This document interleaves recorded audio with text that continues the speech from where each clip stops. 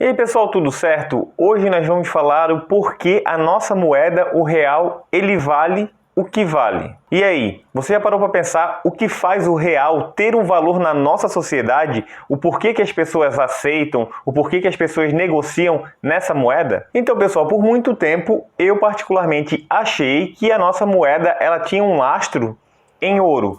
O que seria isso? E a nossa moeda ela refletia esse ouro. Porém, estudando um pouco sobre economia, eu percebi que esse lastro em ouro ele já acabou há muitos anos. E a última moeda que tinha lastro em ouro era o dólar, que em 15 de agosto de 1971, o presidente Nixon ele acabou com esse lastro ouro. Ele anunciou um plano econômico dizendo que o dólar não teria mais lastro em ouro. Como é que funcionava até essa data?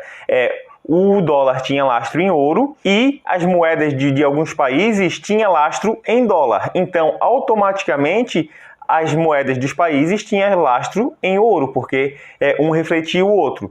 Porém, não é o caso de 1971 para cá. Então, pessoal, se alguém algum dia falou para vocês que o valor da nossa moeda o lastro em ouro, tem ouro guardado em algum banco, em algum local que reflete a moeda, essa pessoa ela estava enganada. E não culpe ela por essa informação, até porque a maior parte da população ainda acha que a nossa moeda tem um lastro em ouro, tem uma referência em ouro, que não é mais verdade faz muito tempo. Aí que vem a pergunta, tá, Juan, então por que o real vale o que vale? Por que eu consigo ir ali na loja? Por que eu consigo trocar bens e produtos pelo real? Aonde que está o valor dessa moeda? Basicamente, o real tem valor por causa da confiança que as pessoas colocam naquela moeda. Tanto que você confia em receber um salário, pegar o seu salário e a pessoa que está te vendendo um produto ou te está vendendo um serviço, confia que vai receber o valor ali e ele vai conseguir trocar por algo que ele acha melhor. Então, há uma confiança do real como moeda de troca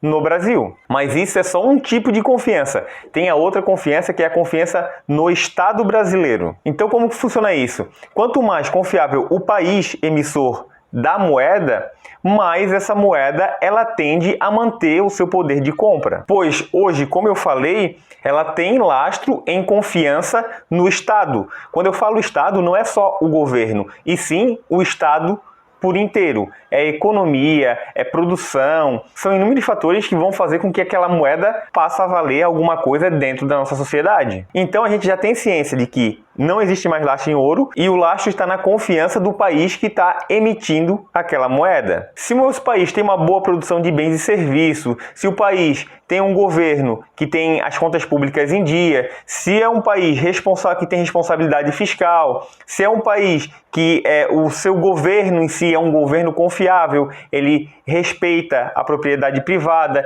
ele respeita as trocas voluntárias entre as pessoas, quanto mais o país for confiável e dê liberdade para as pessoas trabalharem entre si, melhor para a economia do país e melhor a moeda desse país. E também tem a confiabilidade de que aquele país ele não vai emitir muito mais moeda do que o crescimento econômico do país, porque automaticamente a economia aumentando vai aumentar a procura de moeda para haverem as trocas voluntárias entre as pessoas. Então, basicamente, do lastro da nossa moeda é a confiança em que as pessoas e os outros países têm dos políticos que estão na gerência do país, esperando que esses políticos eles não façam nada que deprecie muito a moeda e também tomando atitudes para manter e preservar o poder de compra daquela moeda. Por isso que quando muda o governo e o governo que está para entrar é um governo instável, há uma depreciação da moeda. O mesmo acontece quando ganha um governo que é estável, a moeda ela tende a manter o seu valor. Por quê? Porque as pessoas acabam tendo mais confiança em trabalhar com aquela moeda. Tanto as pessoas fora do Brasil, quanto as pessoas dentro do Brasil. Por isso, pessoal, quando a gente vai escolher os nossos governantes, a gente sempre tem que olhar no plano econômico que ele tem. Pois, dependendo do plano econômico do governo que vai assumir, vai interferir diretamente na desvalorização ou valorização da moeda.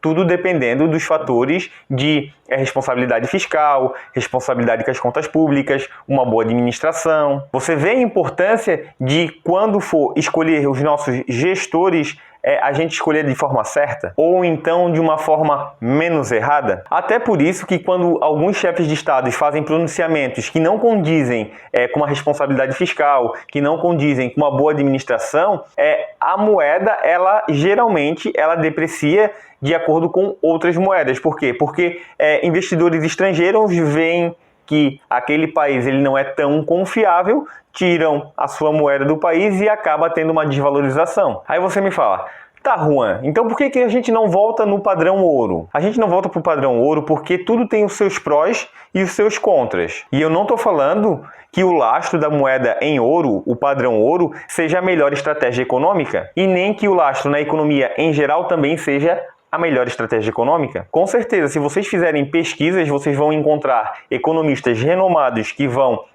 defender o padrão ouro, e também vocês vão encontrar economistas renomados que vão defender o lastro na economia em geral. Mas a forma que a economia funciona hoje é sem lastro em ouro. Tá, e aí que vem a pergunta, o que eu faço para preservar e aumentar o meu patrimônio? Sendo que, de acordo com o que eu estou falando, geralmente a moeda ela tem uma tendência de ter uma depreciação. Então, pessoal, eu vou falar para vocês que não há uma receita de bolo de falando assim, não, se você comprar ouro você vai conseguir preservar, se você comprar moeda estrangeira você vai conseguir preservar, ou se você comprar ações, fundos imobiliários. Eu não tenho como dar uma receita de bolo exata que, se você comprar especificamente um tipo de produto, você vai conseguir preservar e aumentar o seu patrimônio. Mas existem inúmeras estratégias para você manter e aumentar o seu patrimônio. Aqui eu uso ter uma carteira de investimento diversificada. Dentro da minha carteira eu tenho o quê? Eu tenho moeda estrangeira, como o dólar,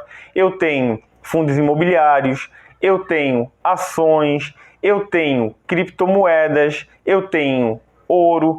Eu diversifico a minha carteira em inúmeros ativos que sofrem depreciação e também se beneficiam desse modelo econômico. Mas uma coisa eu vou dar 100% de certeza, não é comprando um único tipo de ativo que você vai estar protegido disso. Porque se eu falar assim, não, vai lá e compra ouro que você vai preservar, ou então vai lá e compra dólar que você vai preservar, eu vou estar sendo desonesto. Por quê? Porque eu estou fazendo uma previsão para uma coisa que é imprevisível. O melhor para você preservar e aumentar o patrimônio é ter uma carteira diversificada, onde você vai ter moeda estrangeira, vai ter imóveis, vai ter empresas, vai ter um pouco em ouro, um pouco em criptomoeda. Você pode fazer uma carteira com todos esses tipos de ativos que, se um não se beneficiar, o outro se beneficia. E claro, né, pessoal, tudo vai do nível de entendimento que você tem sobre cada tipo de ativo. Se você não tem nenhum tipo de informação, no YouTube, faça cursos,